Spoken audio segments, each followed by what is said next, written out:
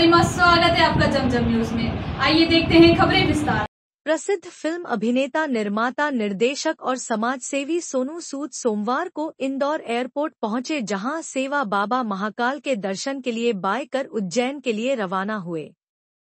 दर्शन film अभिनेता सोनू सूद आगामी जनवरी माह में रिलीज होने वाली फिल्म फतेह के सिलसिले में इंदौर आए थे। सोनू सूद ने कहा कि यह उनकी महत्वाकांक्षी फिल्म है, जिसमें हॉलीवुड की टीम ने बेहतरीन एक्शन के साथ ही नई तकनीक के साथ फिल्म को तैयार किया है। आगामी 10 जनवरी 2025 को रिलीज होने वाली इस फिल्म को लेकर सोनू सूद ने कहा कि बाबा महाकाल के दर्शन के साथ ही फिल्म का प्रमोशन आज से शुरू हो जाएगा। वहीं मीडिया के अन्य सवालों के जवाब भी सोनू सूद ने अपनी शैली में दिए। नशा मुक्ति के मुद्दे को लेकर सोनू सूद ने देशवासियों से कहा कि कोई भी पीड़ित उनकी संस्था से जुड़कर मदद ले सकता है। वहीं देश में चल रहे धर्म के मुद्दे पर भी सोनू सूद ने अपनी बात रखी। बांग्लादेश में हिंदुओं पर हो रहे अत्याचारों पर भी सोनू सूद बोले और कहा कि हमें हिंदू भाइयों का सपोर्ट करना चाहिए। फतेह 10 जैन को आ रही है और उसकी प्रमोशंस जो है आज शुरू हो रही है महाकाल के दर्शन के साथ। ब्लेसिंग्स लेंगे महाकाल जी की और यहाँ से जो जर्नी है फतेह की शुरू होगी और होपफुली उनके आशीर्वाद से फतेह की फतेह ज़रूर होगी। सर, किस तरह की मूवी है? इट्स एन एक्शन फिल्म और एक आम इंसान की कहानी जो हम लोग हर रोज़ साइबर क्राइम देखते हैं, लोगों के साथ हर रोज़ होता है। पैसे लोगों के बैंक से निकाल लिए जाते हैं, लोग सुसाइड्स कर रहे थे, तो उन्हीं की कहानी है। और एक ऐसी एक्शन फिल्म जो बड़े समय से मुझे लगता है लोग देखने का इंतज़ार कर रहे हैं। फिल्म में नया मिलेगा, इस तरह का बदलाव आएंगे फिल्म में? मुझे लगता है एक कमाल का मैसेज है। मैं हमेशा मानता हूँ कि जो आम जनता मुश्किलों से गुजरती है उसको सही ढंग से दिखाना सिनेमा के ज़रिए से हमारा एक रिस्पॉन्सिबिलिटी रहती है और उसी को फतेह से दिखाने की कोशिश की है। और एक्शन मैं हमेशा करता आया हूँ इतने सालों से, पर आइडिया ये था कि एक ऐसा एक्शन दिखाया जो शायद मैंने भी 20-22 सालों में नहीं किया।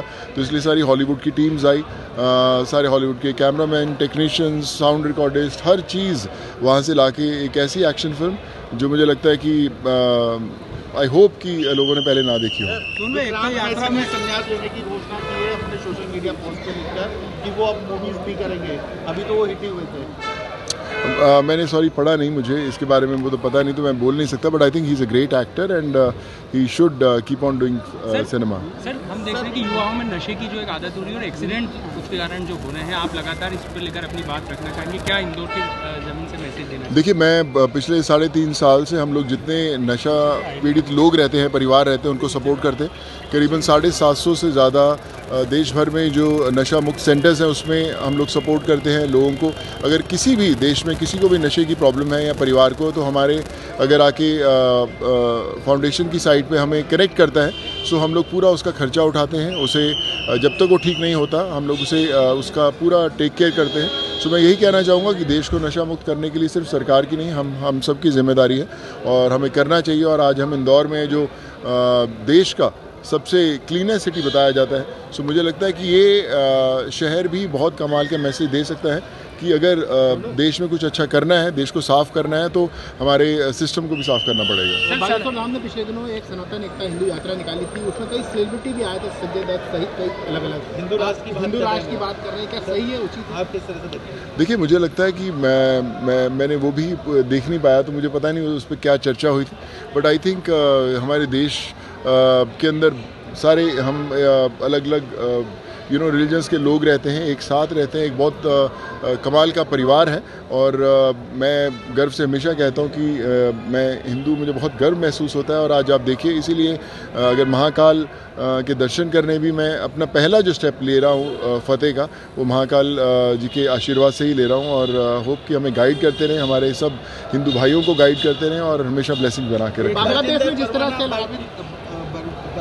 परवाना ने बागेश्वर धाम सरकार को जान से मारने की धमकी दी है, वो कुछ गलतफहमी के चलते मैंने अगेन न्यूज़ फॉलोअप नहीं किया। बट आई थिंक देश में पीस बनाए रखना ज़रूरी है। धमकियों क्यों देनी है? मुझे लगता है एक साथ हम लोग रह सकते हैं मिलके। बांग्लादेश में जिस तरह से हिंदुओं पर अत्याचार रहा है पूरे देश में लगातार विरोध होते हैं, लेकिन एक भी सेलिब्रिटी उसको लेकर किसी तरह का कोई ट्वीट किया इस तरह से नहीं करे, क्या कहना चाहिए? देखिए, मुझे लगता है कि हम सबको सपोर्ट करना चाहिए, हमारे लोगों का, हमारे हिंदू भाइयों का, और मैं हमेशा करता आया हूँ और करता रहूँगा। Thank you so much. इतना ही लगातार खबरों के लिए बनी रहिए हमारे साथ। नमस्कार।